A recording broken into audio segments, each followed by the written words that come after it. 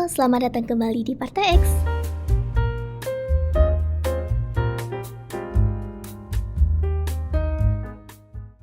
Yang kaya dilindungi hukum, yang miskin dihukum hukum. Hukum cuma murah buat yang punya duit, tapi jadi super mahal buat yang gak punya apa-apa. Padahal, bukankah hukum seharusnya berdiri untuk semua? Kalau keadilan bisa dibeli, itu artinya bukan lagi keadilan. Karena keadilan yang nyata bukan soal siapa yang punya saldo tebal, tapi soal semua orang bisa merasakan perlindungan yang sama. Selama hukum masih dijadikan barang dagangan, jangan heran kalau rakyat kecil selalu jadi korban. Sementara yang kaya bisa tidur nyenyak di balik tameng uangnya.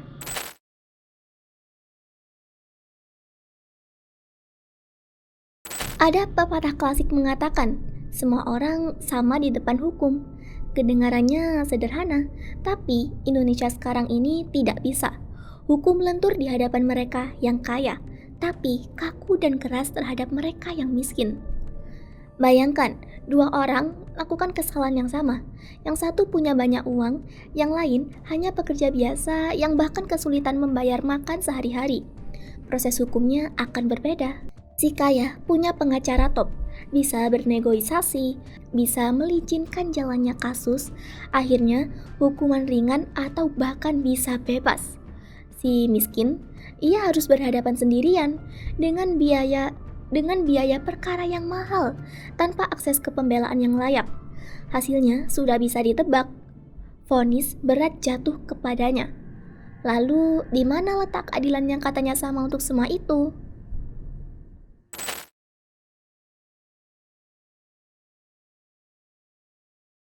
Kita sering mendengar istilah mafia peradilan. Dari kasus besar sampai kasus kecil, ada saja cerita bagaimana hukum dipermainkan. Uang bisa mengubah dakwaan, mempengaruhi putusan, atau sekedar membuat perkara menguap tanpa kabar. Lembaga hukum yang seharusnya jadi benteng terakhir keadilan malah terlihat seperti mesin yang bisa disewa. Bukan hanya merusak citra, tapi juga menghancurkan kepercayaan rakyat pada negara. Rakyat kelas menengah ke bawah jadi korban berlapis. Pertama, korban dari tindak pidana yang mungkin menimpa mereka. Kedua, korban dari sistem hukum yang tidak berpihak. Ketiga, korban stigma sosial, karena masyarakat seringkali langsung menilai mereka bersalah hanya karena tak mampu membela diri. Inilah ketidakadilan paling menyakitkan, adalah hukum bukan lagi alat pelindung, tapi palu yang menghantam bagi yang lemah.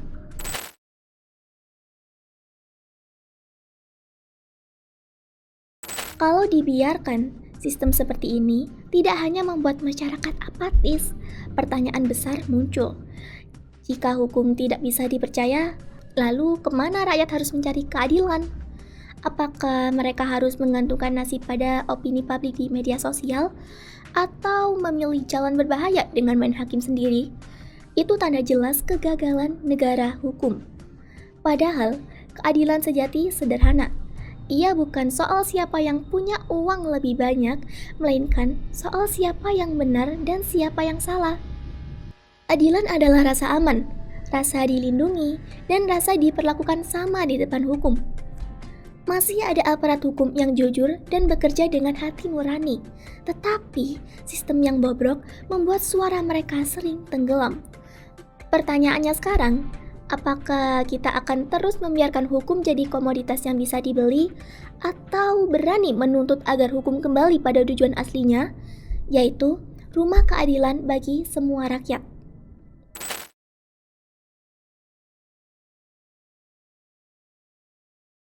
Partai X percaya masalah hukum di negeri ini tidak bisa diselesaikan dengan cara-cara setengah hati. Perlu perubahan besar yang benar-benar mengembalikan hukum untuk rakyat. Kita mulai dengan musyawarah kenegarawanan nasional yang melibatkan 4 pilar bangsa, yaitu kaum intelektual, tokoh agama, TNI Polri, dan pelaku budaya. Dari sinilah lahir arah baru untuk menata ulang negara. Amandemen kelima UUD 1945 harus dibuat supaya kedaulatan kembali ke tangan rakyat. Untuk mengawal masa transisi, dibentuk MPRS sementara agar semua berjalan jujur dan terbuka. Negara juga harus dipisahkan dari pemerintah. Pemerintah bisa jatuh kapan saja, tapi negara harus tetap kokoh. Pancasila harus dijalankan sebagai pedoman nyata, bukan sekedar slogan. Partai politik yang gagal mendidik rakyat harus dibubarkan, lalu diverifikasi ulang supaya hanya yang sehat yang bisa bertahan. Hukum juga harus direformasi total berbasis kepakaran. Putusan harus berdiri di atas kebenaran, bukan uang. Birokrasi harus digital supaya korupsi terputus dan pelayanan publik lebih transparan. Generasi muda perlu dibekali pendidikan moral dan politik berbasis Pancasila sejak sekolah. Nilai ini harus disebarkan lewat TV, radio, media online, dan media sosial negara agar sampai ke seluruh rakyat. Dengan cara ini, hukum tidak lagi jadi tameng pejabat atau mainan orang kaya. Hukum kembali jadi pelindung rakyat karena keadilan sejati bukan soal siapa yang kuat atau kaya, tapi keberanian negara menegakkan kebenaran tanpa pandang bulu.